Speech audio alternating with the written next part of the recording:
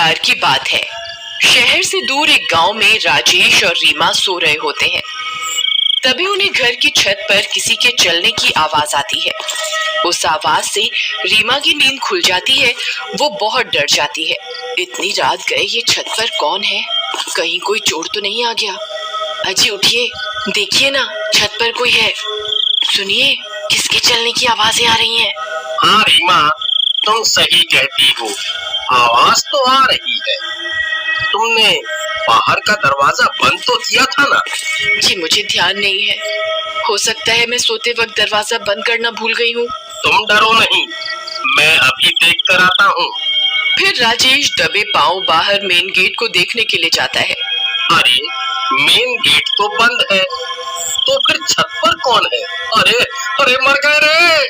फिर वो डर जाता है और डर के मारे वापस घर के अंदर घुस जाता है। अजी क्या हुआ? आप इतने घबराए हुए क्यों हो? अरे रीमा, मेन गेट तो बंद है, तो फिर कोई छत पर कैसे चढ़ सकता है? मुझे लगता है ये कोई चोर नहीं है, ये वही है जिसके बारे में गांव में अफवाह फैली हुई है। अजी आपका दिमाग खराब तो नहीं हो गया? शुभ शुभ बोलिए। नहीं रीमा, मैं सही कह रहा हूँ। गांव में अफवाह फैली हुई है कि एक आत्मा है जो घर की छत पर आती है और तीसरे दिन घर में रहने वालों का सर काट कर अपने साथ ले जाती है।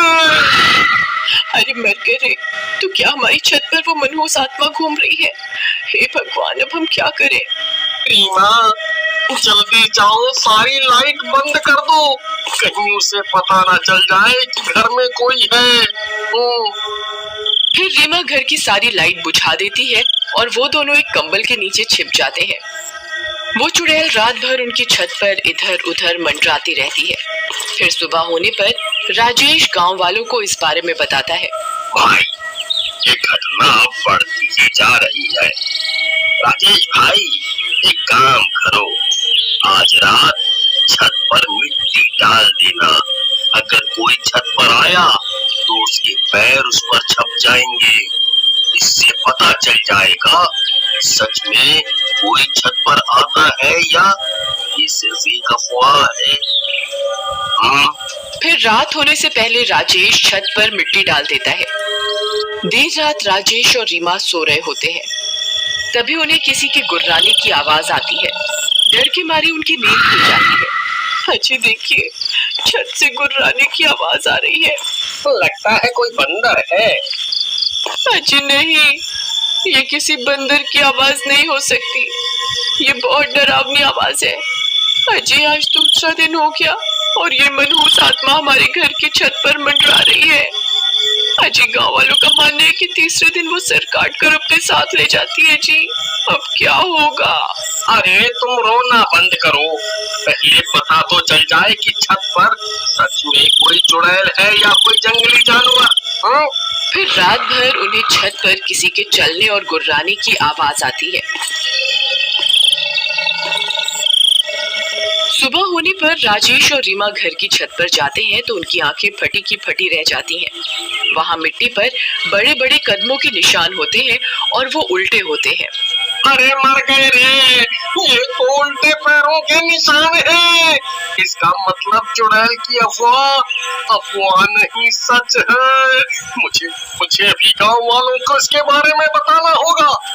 फिर राजेश भागता हुआ जाता है और कुछ गांव वालों को अपने साथ लेकर आता है। वे सब गांव वाले उन उल्टे पैरों के निशान देखकर डर जाते हैं। हे भगवान, ये तो उल्टे पैरों के निशान है भाई। गांव के ऊपर सच में चुड़ैल का साया पड़ गया है। अगर ये अफवाह सच है तो इसका मतलब आज तीसरा दिन है और वो चुड़ैल तीसरे दिन उस घर में रह रहे लोगों के सिर काटकर अपने साथ ले जाती है। राजेश भाई, मेरी मानो तो तुम आज ही ये घर छोड़ दो, नहीं तो आज का दिन तुम दोनों की जिंदगी का आखिरी दिन साबित होगा। नहीं, मेरे हिसाब से ये जरूर किसी की शरारत है। मुझे लगता है कोई हमसे हमारा घर खाली करवाना चाहता है ताकि हम डर के मारे इस घर को औने पौने दामों में बेचकर चले जाएं। अजी आपका दिमाग खराब हो गया है। अगर सच में चुड़ैल हुई तो आज वो हमारे सर काट कर अपने साथ ले जाएगी। तुम घबराओ नहीं, मेरे पास एक तरकीब है। गांव वालों, आज रात को तुम मेरे घर के आसपास ही रहना। फिर रात होने पर वे दोनों सो रहे होते हैं। तभी आधी रात होने पर उनकी छत पर कोई दस्तक देता है। कदमों की आवाज से उन दोनों की नींद खुल जाती है। अजी मर गए, आज तीसरा दिन है, आज हम नहीं बचेंगे जी। आज वो हमारी गर्दन काट कर अपने साथ लेकर ही जाएगी। गांव वालों ने कहा अभी तक घर खाली कर दो, लेकिन आपने उनकी एक न सुनी। लो आ गई चुड़ैल, अब क्या करोगे? तभी उस चुड़ैल के कदमों की आवाज तेज हो जाती है। अजी लगता है कोई सीढ़ियां उतर रहा है। ये आवाज सीढ़ियों की तरफ से आ रही है। कुछ कीजिए ना, क्या है आपकी तरकीब? अजी रुको रुको, रोना बंद करो, आवाज मत करो, नहीं तो उसे पता चल जाएगा कि हम यहाँ हैं। फिर राजेश दूसरे कमरे में जाता है और वहां से 2 पुतले उठाकर लाता है और उन्हें बेड पर लिटा देता है और उनके ऊपर चादर डाल देता है और सारी लाइट बंद कर देता है। चलो रीमा, अब हमें छुपना होगा, चलो जल्दी करो। फिर वे दोनों उसी बेड के नीचे छिप जाते हैं। तभी दरवाजे पर दस्तक होती है।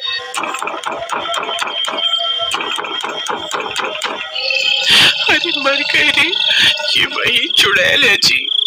चुप रहो, आवाज मत करो, हो सकता है वो दरवाजा ना खुलने पर चली जाए। फिर कुछ देर दरवाजा खटकता रहता है और जोर की आवाज आती है और दरवाजा टूट जाता है।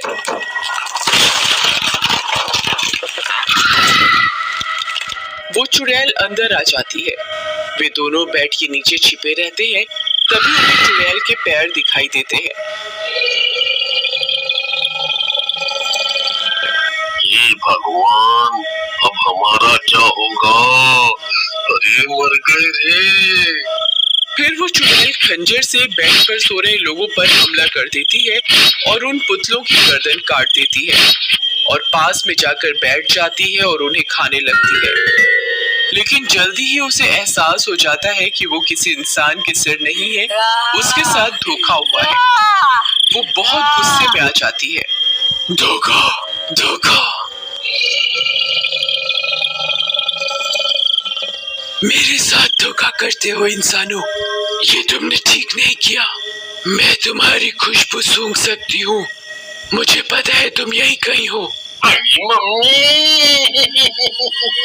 अब हम नहीं बचेंगे, अरे मर गए रे, अब क्या करें रीमा?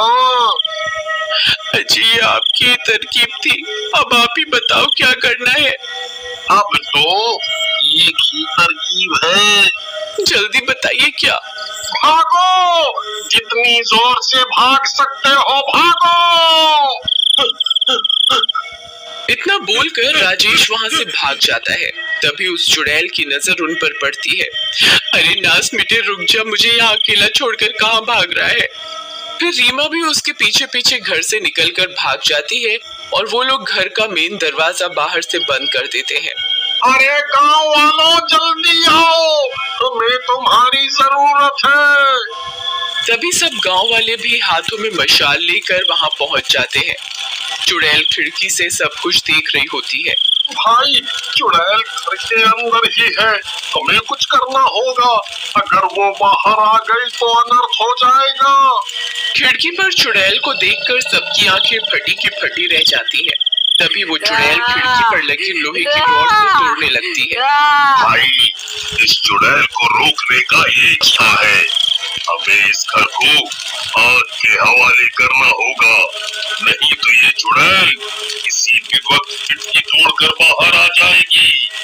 फिर सब गांव वाले मिलकर घर को आग के हवाले कर देते हैं।